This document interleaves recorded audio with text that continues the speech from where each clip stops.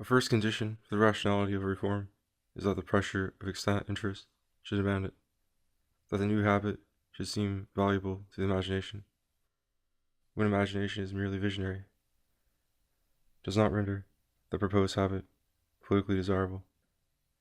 For instance, to have both feet and hands with longer fingers and toes might be better for swimming, but swimming is a rare and usually optional occupation for a human being, and greater proficiency in it would be a curse if it handicapped us in other directions. So with all fantastic reforms proposed by eccentric interests, and perhaps enforced by them, the first prerequisite shows that all sound reforms must be massive, generative movements, and not thinly militant strains. I think that many animals and many human societies are burdened with distracting organs and distracting gifts. They have undertaken too many incompatible things at once, and they are condemned to be forever ugly and unhappy. A reform, then, to be rational, should be needed. But many reforms, in education, for instance, are notoriously needed, because people are given tasks, like political votes, for which they are woefully unprepared.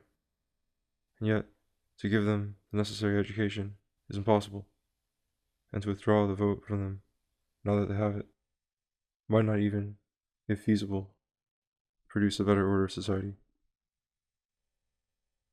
Perhaps the incompetencies and delusions of ignorant voters may balance one another, while the mere possession of a vote tends to secure a general acquiescence and peace in the body politic.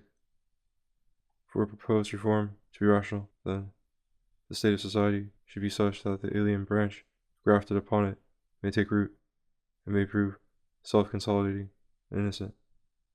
It must be a reform not only demanded by the present, but organically acceptable for the future.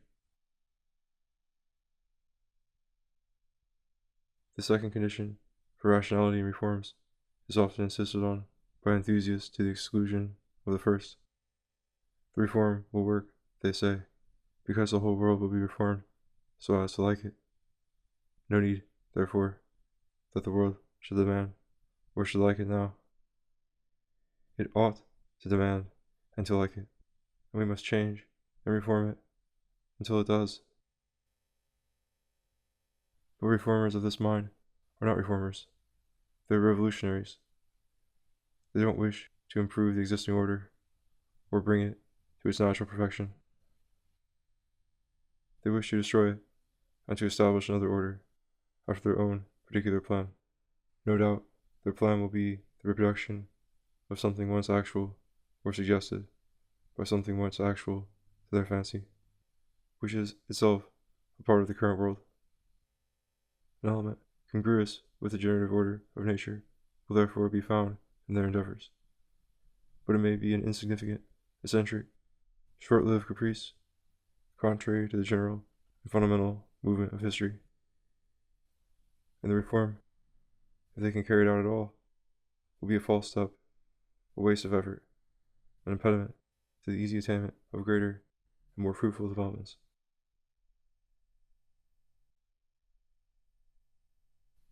In modern times, the use of the words reform and revolution has often been misleading.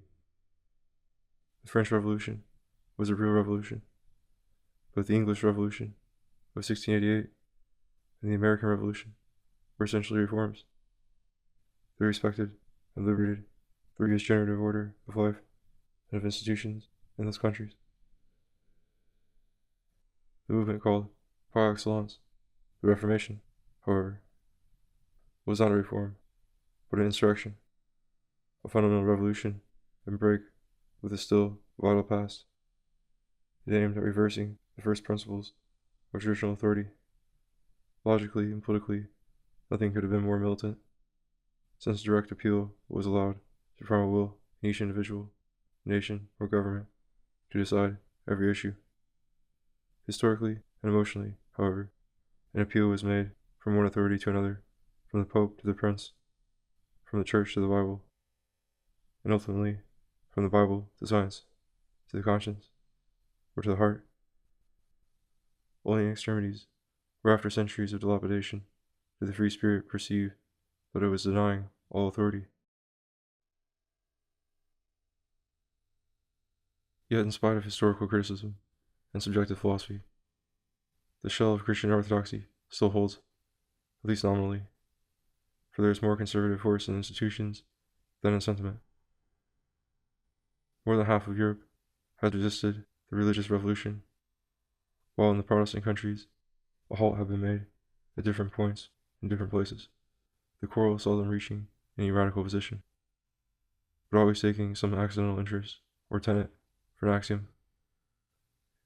Even philosophy in Germany, or opulence in England, never conceived itself to be anti-Christian, or really began reconstruction on solid ground.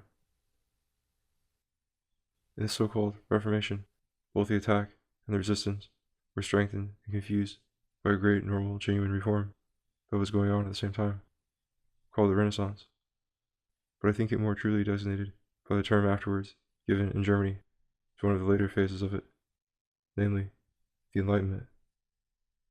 It was neither a rebirth of classic antiquity, something impossible, nor a stupid doctrinaire attempt to revive it, something that occurred only in the age of the French Revolution. The Italian Enlightenment was an enthusiastic rediscovery of the human greatness and wisdom of Greece and Rome, not a foreign civilization, but a legitimate parent of Greek and Latin Christendom. Tradition is necessarily syncretic and fails to distinguish the heteroclite elements, originally incompatible, which it has transmuted and merging them into its own constitution, so that as now represented or held in solution, these elements no longer possess their native quality and force. The moral rediscovery of the ancients was greatly aided, both materially and ideally, by the commercial expansion of the Italian maritime cities and their close contact with Byzantium and the Levant, and it was politically and scientifically buttressed later by the discovery of America and the communication opened with India, China, and Japan. An inkling of the true character of the cosmos dawned upon the Christian mind, and more slowly, more stealthily, an inkling of the true character of human history and of Christianity itself was bound to permeate philosophy. This development, by enlarged contacts, critical study, and experimental investigations, was, or was capable of becoming, a true enlightenment. It was guided by no hatred or prejudice, or local willfulness. It was lively, but not militant, and disclosing the relativity of traditional knowledge, it would, if fairly pursued, disclose also the relative rightness and human justification of traditional institutions, when circumstances have imposed them, and not some overweening conceit in defiance of circumstances. Enlightenment does not tend to destroy institutions or philosophies before they dissolve themselves.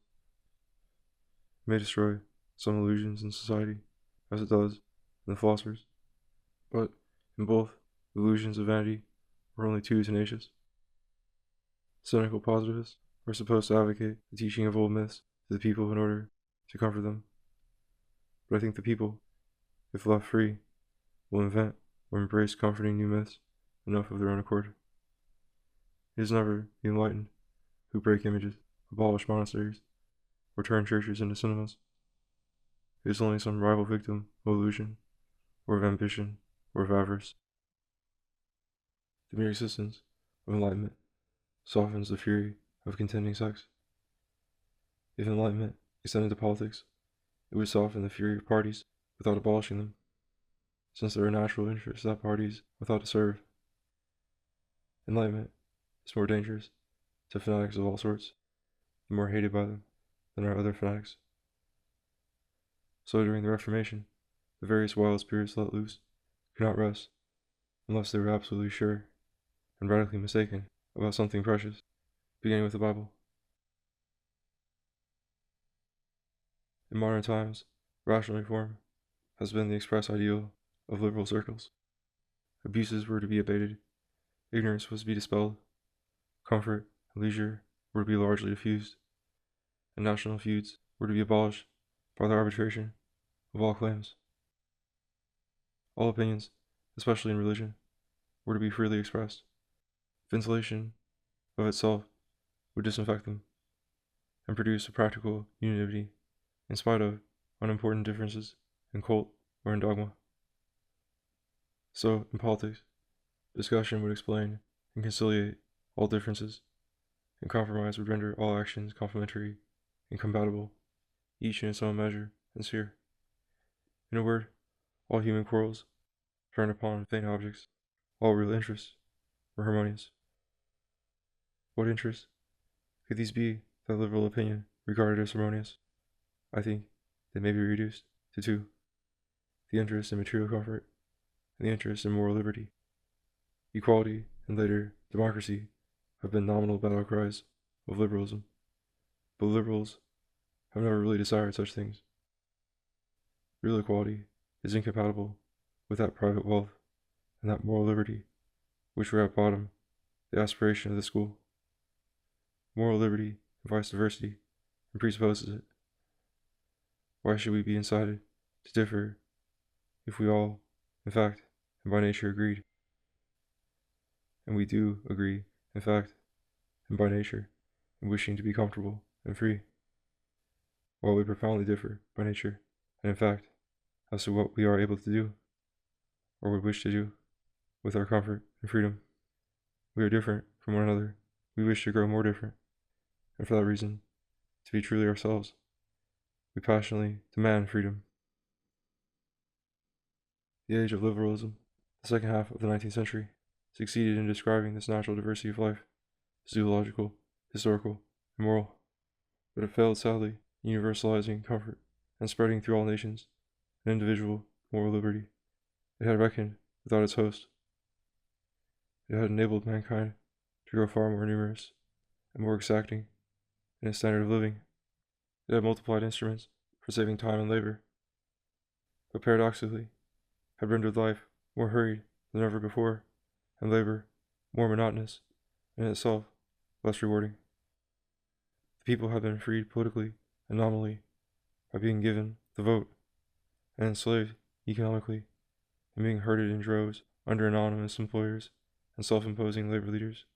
Meantime, the liberal rich, who had expected to grow richer, and did so when individually enterprising, became poorer and idler as a class, more obviously withdrawn from that aristocratic leisure, sports, and benevolent social and intellectual leadership which they had supposed themselves fitted for. Nothing was rationalized by the liberal regime except the mechanism of production. Society, meantime, had been unhinged and rendered desperate. The governments have been either incapacitated by intellectual impotence or turned into party tyrannies. The same nominal humanitarianism, inwardly contradicted by militant hatred towards almost all human institutions and affections, has descended from the wealth-loving liberals to the poverty-hating communists. The moral inspiration of communism is brotherly, pacifist, ascetic, and saintly. Christianity was originally communistic, and all the religious orders continue to be so in their eternal economy and discipline. It is built on tenderness, on indifference to fortune and to the world, on readiness for sacrifice, on life and the spirit. It cannot be militant, but what is now called communism is more than militant, more than a doctrine and a party bent on universal domination. It is a conspiracy. It is ferociously egotistical and claims absolute authority for the primal will of a particular class, or rather, a group of conspirators professing to be the leaders of that class. This class, far from embracing all mankind, does not include all the poor, nor the fundamental rural population that traditionally till the soil and live on its products, but enlists only the uprooted and disinherited proletariat crowded into modern industrial towns, with the politically inspired unions of sailors, miners, and railwaymen. Thus the authority of the Communist Party, usurped without previous delegation, like an authority of conquerors and bandits, proclaims itself to be absolute and to extend prophetically over all mankind. And whose interest, meantime, does it serve? At bottom, only the imaginary interest of a future society, unanimous, and, like the Prussians of Hegel, perfectly free, because perfectly disciplined, to will nothing but what the state wills for them. Meantime, in order to clear the ground for that ideal of plenty and peace, war must devour millions of the faithful communists themselves, as well as millions of their surprised and unconverted fellow creatures. There must be slaughter of enemies, forced migrations of whole peoples, disappearance of institutions, civic and religious, destruction of all traditions. Such purgations, in theory, express the zeal of heaven-sent leaders for the redemption of the people. The methods may seem harsh, but they are the more merciful for being rapid and radical. How should strife and hatred and discontent ever cease until all mankind are unanimous in deciding which of them shall be allowed to live and which of them shall be exterminated? In such a conspiracy, there is the same intrepid consistency or internal rationality as in any theocracy. Paradise, when it comes, may perhaps cause the blessed to forget the price that many a previous generation has paid for their happiness. Those generations, after all, were not capable of happiness, and by abolishing them, root and branch, a rational and unanimous society has been made possible forever. Let us therefore make haste to obey the prophets and to exterminate the heathen.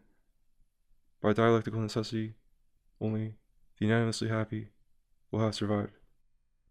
Both reform and reason will thus be banished from the scene, and eclipsed by faith and by prescribed action. That the undertaking is not only horrible in its methods, but vain in its promise, will become evident if the order of Genesis in nature and the function of reason in human life were considered soberly, and not misread to feed the fires of gregarious passion.